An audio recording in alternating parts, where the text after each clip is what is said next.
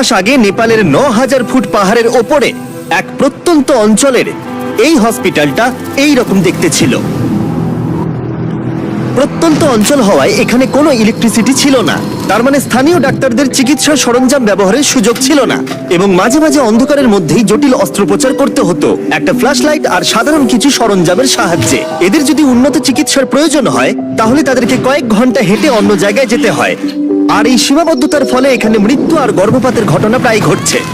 তাই আমাদের long term partner give পাওয়ার, যাদের সাথে আমরা আগের 3টে বিস্ট ফিলান্থ্রপি ভিডিওতে কাজ করেছি, ড্যান আর ড্যারেনকে তাদের সাথে খোলগাঁও গ্রামে পাঠিয়ে দিলাম এই সমস্যার সমাধানে সাহায্য করতে, যেখানে তাদের দারুণ অভ্যর্থনা জানানো হয়েছিল। আর জায়গাটা ছিল নিঃসন্দেহে পৃথিবীর অন্যতম সেরা জায়গাগুলোর মধ্যে একটা। প্রথম দিন সকালে ড্যারেন সঞ্জয় নামে একজন স্থানীয় গিভ পাওয়ার ইঞ্জিনিয়ারের সাথে দেখা করলো, যে নীরা সম্পর্কে একটা মর্মান্তিক গল্প বলেছিল। নীরা গ্রামের একজন মহিলা যে তার বাচ্চাকে হারিয়েছিল প্রচন্ড ঠান্ডার জন্য এবং উপযুক্ত চিকিৎসা সুবিধা ও সরঞ্জামের অভাবের কারণে। ওকে বর্ষার রাস্তায় সবচেয়ে কাছের বার্থিং সেন্টারের মধ্যে যেতে হতো, কিন্তু সেটাও অনেকটা দূরে থাকায় ও বার্থিং সেন্টারে পৌঁছতে পারেনি আর শিশুটাকে হারাতে হয়েছিল। আর সরকারি টাকার অভাবের জন্য এই হাসপাতালটা অন্তত 2030 সালের আগে পর্যন্ত বিদ্যুৎ পাবে না। হসপিটালে যদি বার্থিং ফেসিলিটি থাকতো তাহলে ওর ক্ষেত্রে পুরো সিচুয়েশনটাই বদলে যেত। ড্যারেন জানতো এটাকে আটকাবার জন্য আমাদের দ্রুত কাজ করতে হবে, তাই সেই গ্রিন প্রোগ্রামের প্রতিষ্ঠাতা মালেসের সাথে দেখা করেছিল, যে অনেক ছাত্র এবং স্বেচ্ছাসেবকদের নিয়ে এই প্রজেক্টটা শেষ করতে এগিয়ে এসেছিল। আমি যখন ছোট ছিলাম তখন মালয়েশিয়াতে আমার ফ্যামিলির সাথে দেখা করতাম। তখন প্রথম আমি সমুদ্র পাহাড় দেখেছিলাম, আর তখনই আমি এটা বুঝতে পারলাম যে যদি আমরা মানুষকে এই প্রকৃতির সৌন্দর্য দেখার একটা সুযোগ করে দিতে পারি তাহলে নিশ্চয়ই তারা এই পৃথিবী এবং প্রকৃতির যত্ন নেবে। তাই আমরা পুরো বিশ্ব থেকে ছাত্রছাত্রীদের নিয়েছি যারা এই ব্যাপারে ভাবে এবং কিছু করতে চায়, এবং যাতে আমাদের ভবিষ্যৎ প্রজন্মের কোনো অসুবিধা না হয় তাই আমরা এই পদক্ষেপ নিয়েছি যাতে এই বিশ্বটা আরো অনেক অনেক সুন্দর হয়ে ওঠে। সঞ্জয় এবং মেলিসার সাথে দেখা করার পরে ড্যারেন খুবই উৎসাহিত হয়ে কাজটা শুরু করে দিয়েছিল, সোলার প্যানেল এবং ব্যাটারি ইনস্টল করে হসপিটালে বিদ্যুৎ আনতে, তার সাথে এই সম্প্রদায়ের জন্য আধুনিক সরঞ্জামের ব্যবস্থা করতে, যাতে এটা একটা আধুনিক বার্থ সেন্টার হয়ে ওঠে। ঠিক আছে, আমরা প্রথম দিনের জন্য প্রস্তুত। 3, 2, 1 বিগ ফিলান্থ্রপি। টিমের সবাই এই কাজটার জন্য খুবই এক্সাইটেড ছিল। নিচের দিকটা ঘুরতে হবে। দারুণ! প্রথম দিনের শেষে টিম খোঁড়াখুড়ি এবং সমস্ত ওয়্যারিং শেষ করে ফেললো। আমি সত্যি এদের অস্বীকার করতে পারি না, কারণ এই গ্রামের মানুষদের মধ্যে কিছু একটা আছে।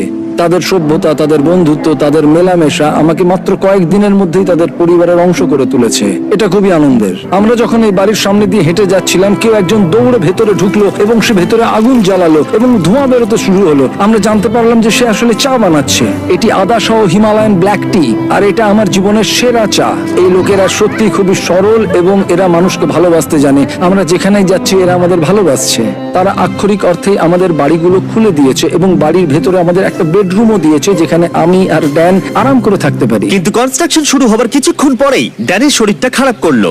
আমি খুব অসুস্থ হয়ে পড়েছি, আমাকে চেক আউটের জন্য তাড়াতাড়ি স্থানীয় কোনো ডাক্তারের কাছে যেতে হবে। তার মানে এখন সে নিজেই বুঝতে পারলো যে এইরকম প্রত্যন্ত গ্রামে চিকিৎসা করানো কতটা কঠিন হতে পারে। যেমনটা তোমরা দেখতে পাচ্ছ এখানে সবকিছুই বন্ধ রয়েছে, আর কঠিন বাস্তব এটাই, যদি তুমি এখানের কোনো গ্রামে অসুস্থ হয়ে পড়ো তাহলে কাছাকাছির বড় ফেসিলিটি পেতে তোমায় প্রায় 7 ঘন্টার একটা বড় জার্নি করতে হবে। সৌভাগ্যবশত সেখানে একজন নার্স ছিল যে তার চিকিৎসা করেছিল। ইনি হলেন করুণা, একজন নার্স, এখানকার লোকাল টাউন খোলাগাঁওয়ের মধ্যে থাকেন। ইনি আমাকে সাহায্য করতে এসেছেন। কিন্তু সেখানে কোনো বিদ্যুৎ না থাকায় শুধুমাত্র প্রাথমিক চিকিৎসাই সম্ভব হয়েছিল। সে ধরে নিল যে ড্যানের হয়েছিল গাটি। হ্যাঁ, আমার গাটি হয়েছে। গাটি একটা রেয়ার নেপালি ডিজিজ। আসলে এটা সামান্য ঠান্ডা লাগা। কিন্তু এই সম্প্রদায় প্রায় আরো অনেক গুরুতর সমস্যার সম্মুখীন হয়। যদি কোনো তাৎক্ষণিক এবং উন্নত চিকিৎসা ব্যবস্থার প্রয়োজন হয় তাহলে সেটা তখন পাওয়া যায় না। প্রজেক্টটা যত এগোচ্ছিল টিমের ওপরে ততই চাপ বাড়ছিল, তাই ড্যান কিছুটা বিশ্রাম পেলেও বাকিরা কনস্ট্রাকশনের কাজ চালিয়ে যাচ্ছিল।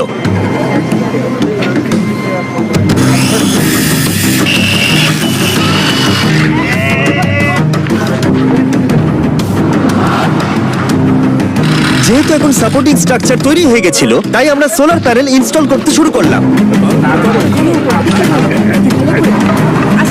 টিমের সবার কঠোর পরিশ্রমের জন্য আমাদের কাজ বেশ কিছুটা এগিয়ে ছিল, তাই ড্যারেন সঞ্জয়ের সম্পর্কে আরো কিছুটা জানলো। যখন আমি আপার হিমালয়ে কাজ করছিলাম আর এখানে যন্ত্রপাতি রিপেয়ারিং এর কাজ করছিলাম, তখন দেখলাম যে এখানে ইলেকট্রিসিটি নেই। আর যখন আমি এখানে এলাম তখন দেখতে পেলাম একটা বাচ্চা একটা কাঠের বক্সের মধ্যে রয়েছে, আর পাশে একটা লাইট বাল্ব রাখা রয়েছে যেটা ওকে হিট দিয়ে যাচ্ছে। আর তারপরেই হঠাৎ করে আমার মাথায় একটা আইডিয়া এলো যে এরকম ইকুইপমেন্ট তো আমরাও বানাতে পারি। তারপরেই আমি নেপালে একটা টিম তৈরি করি, আর তারপরেই আমরা বানাই একটা বেবি ওয়ার্মার, যেটাকে আমরা নেপালি ভাষায় ন্যানোনানি বলে ডাকি, যার মানে হচ্ছে ওয়ার্ম চাইল্ড। ন্যানোনানি এতটা সাকসেস পায় যে তারা ইউএসএ তে পিপল চয়েস অ্যাওয়ার্ডও পায়।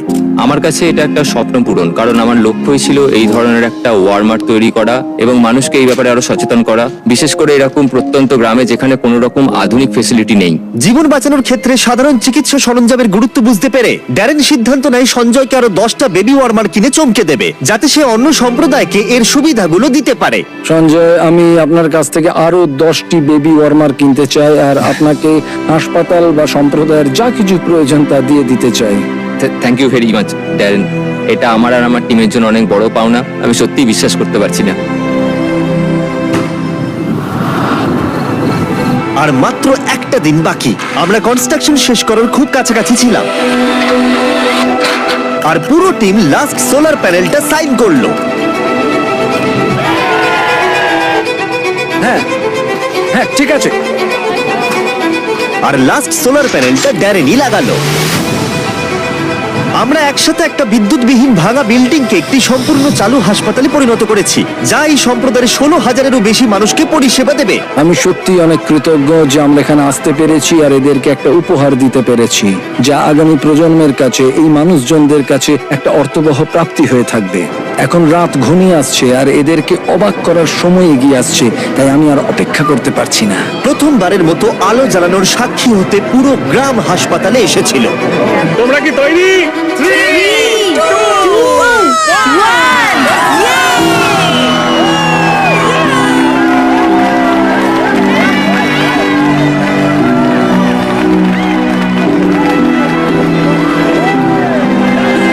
একটি সম্প্রদায় জীবনে প্রথমবার বিদ্যুৎ দেখলো, এটি দেখা যে কি সৌভাগ্যের ব্যাপার তা আমি আজকে অনুভব করলাম। পরের দিন সকালে নীরাকে হাসপাতালে সঞ্জয় আমন্ত্রণ জানালো, যাতে সে তাকে বেবি ওয়ার্মার সহ সমস্ত ইকুইপমেন্ট গুলো দেখাতে পারে। এখন ও খুবই আশাবাদী যে ওর সাথে যা ঘটেছে তার কারোর সাথেই ঘটবে না, আর এখানে বার্থিং ফেসিলিটির জন্য ও খুবই খুশি এবং কৃতজ্ঞ। নমস্কার। লাস্ট সারপ্রাইজ দেবার আগে আমি এই ভিডিওর স্পন্সরকে ধন্যবাদ জানাতে চাই। পৃথিবীর সবথেকে ভালো খাবার এই ফিস্টেবল নয়, কেলগস। শুধু এই সময়ের জন্য, কারণ তারা আমাদেরকে সাহায্য করছে। আজ থেকে 31শে জুন 2024 পর্যন্ত কেলগস মাইনক্রাফটের সাথে টিম আপ করেছে তোমাদের free exclusive character creator item দিতে। ঠিক এইরকম ক্যামেল হ্যাট, অ্যাক্সলট হ্যাট আর একটা চেরি ব্লসম ড্রেস। এগুলো তুমি তখনই পাবে যখন তুমি কেলগসের স্পেশাল মার্ক বক্স গুলো কিনবে। ঠিক এইরকম Kellogg's Froot Loops, Frosted Flakes, Apple Jacks আর কর্ন পপস।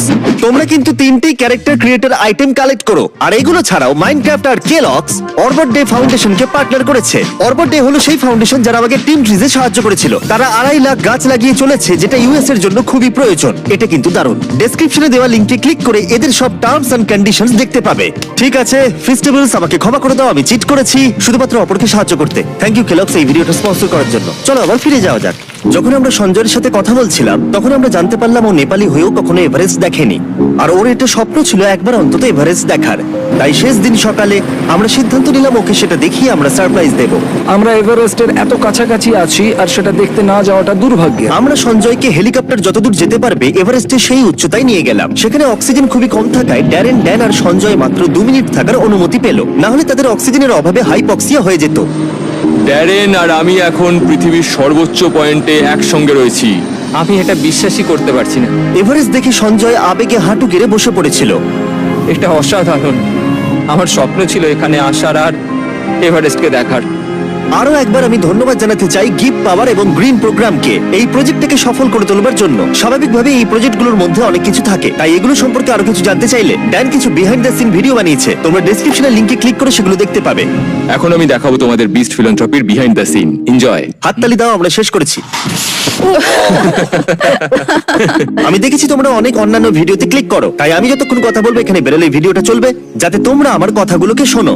আমরা যা অ্যাড রেভিনিউ পাই আর এই ভিডিওগুলোর ক্ষেত্রে আমরা যা ইনকাম করি পুরোটাই বিচ ফিলান্থ্রপিতে যায়। তাই সবসময় ভিডিওগুলো দেখো যাতে আমরা মানুষদের সাহায্য করতে পারি। তাই যাও অন্য ভিডিওগুলো দেখো আর এক্ষুনি সাবস্ক্রাইব করো, না হলে তোমরা অপরকে সাহায্য করতে চাও না।